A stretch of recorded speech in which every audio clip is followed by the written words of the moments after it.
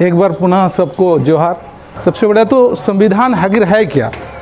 सम यानी कि उसका एग्जैक्ट मीनिंग अगर देखा जाए सम प्लस विधान, यानी कि सम बराबर, सम मतलब इक्वल बराबर और विधान मतलब विधि, यानी कि सबों की उस दोनों को मिला करके जो एक वर्ड बनाया गया है संविधान, जो ये सबों के लिए सब बराबर का विधि है, जिससे वो यानी सब उसे ट्रीट हो, यानी सबके लिए वो उस अनुसार से अनुपालन हो, वो संविधान है। इनका जो प्रारूप समिति 141 बैठकें की, 141 बैठकें की और तब जाके ये की प्रस्तावना आया और 395 अनुच्छेद बनाई और 8 अनुसूची बना। उस समय जब संविधान इसको उस रूप में लेके आया, तो मैं ये बोलना चाहूँ इस संविधान के अंदर में राज्य क्षेत्र के अंदर में भी अनुसूचित क्षेत्र है और उनके अलग अलग उपबंध है। अब हम सब यहाँ जो आए हैं बैठे हैं, हमको लगता है अधिकतर हम अनुसूचित जनजाति से।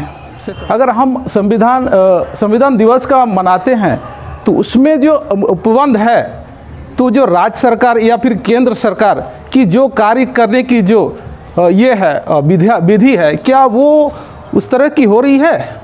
थोड़ा सा आप अपने लोग से समझिए, क्या उस तरह से हो रही है? अगर उपबंध की बात ही की जाए, अनुसूचित जनजाति अगर सब अभी है, तो हमारे साथ अनुसूचित जनजाति के जो एक चेक उपबंध है उस अनुसार से नहीं हो रही है। आप सबको पता है, जैसे 5वीं अनुसूची की बात, बहुत सारे बात हमारे जो वक्ताओं ने बातें रखी बच्चों ने, 5वीं अनुसूची की बात है, फिर भी हम लोग आज संविधान दिवस मना रहे हैं। अच्छी बात है, बहुत अच्छी बात है, लेकिन कहीं ना कहीं जागरूकता और चाहिए हम। और जो संविधान, जिस संविधान की हम दुहाई दे रहे हैं, मान रहे हैं, उन्हीं का अनुपालन नहीं हो रहा है। कहीं ना इस बारे में हमें और थोड़ा इसमें चिंतन मंथन करना है। अनुसूचित जनजाति पर विद्यमान विधि, मतलब जो पहले से जो विधि है वो पारंपरिक विधि या फिर जो भी आपका जो ट्रेडिशनल जो है वो उस पर लागू है, उस पर अधिरोपित है। ये संविधान की मूल आत्मा के तहत ये है।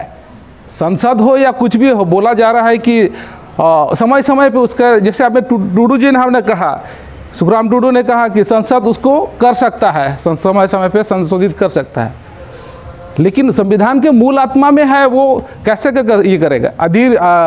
विद्यमान विधि, इसका मतलब विद्यमान विधि को संशोधन नहीं कर सकता है। मैं ये नहीं कहता हूँ कि संविधान हम पर लागू नहीं है, मैं ये नहीं कहता हूँ, लेकिन संविधान में रहते हुए उसको उस अनुरूप से, ताकि उसका मूल भावना या मूल आत्मा वो इधर उधर ना हो, वो बनाए रखते हुए उसको करना है, कार्यान्वित करना है। मैं उम्मीद करता हूँ संगठन से जो भी विचारधारा, जो महासभा की विचारधारा है, मुझे अंदर से सहूलियत, एकदम अंदर से मुझे संतुष्टि मिलती है कि मैं इस एक समूह से जुड़ा हूँ। जैसे मोबाइल जो बोला जाएगा, इससे जुड़े रहते हैं कि ताकि सही चीज़ को समझने और उसका अनुपालन करने में मुझे खुशी होती है। मैं इन सब बातों को बोलते हुए आज इतना ही कहता हूँ। जोहार।